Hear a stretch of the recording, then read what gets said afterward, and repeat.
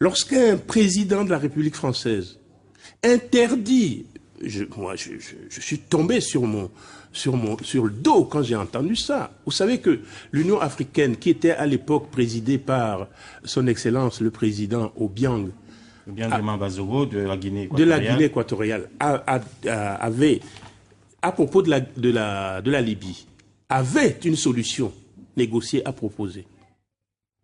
Ils ont formé une délégation pour y aller.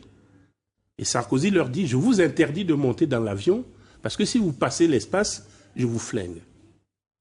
Eh bien ça s'appelle de l'irrévérence, c'est de l'irrespect. On ne parle pas comme ça à des pays qui sont souverains. Ce n'est pas que des mots, ça a un sens. Mais M. Yamnian, quand vous dites qu'il y aura le respect, c'est ça que ça veut dire. Le Parti socialiste a soutenu la politique menée par Nicolas Sarkozy, notamment en Libye, en Côte d'Ivoire. Non, on n'a pas soutenu. Nos groupes parlementaires... Le Parti socialiste était contre l'intervention en Côte d'Ivoire, en Libye également.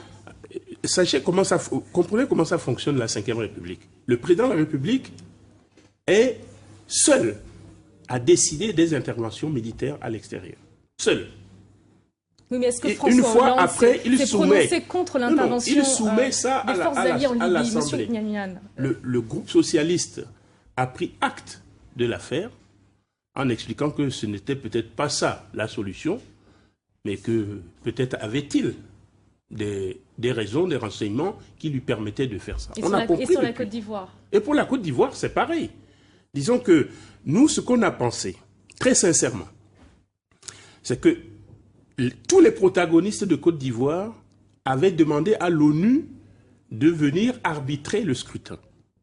Bon, nous on a pensé que l'arbitre, moi je le pense comme ça, que l'arbitre était sain, était normal. Et puis, une fois qu'il a arbitré, ils ont contesté les résultats.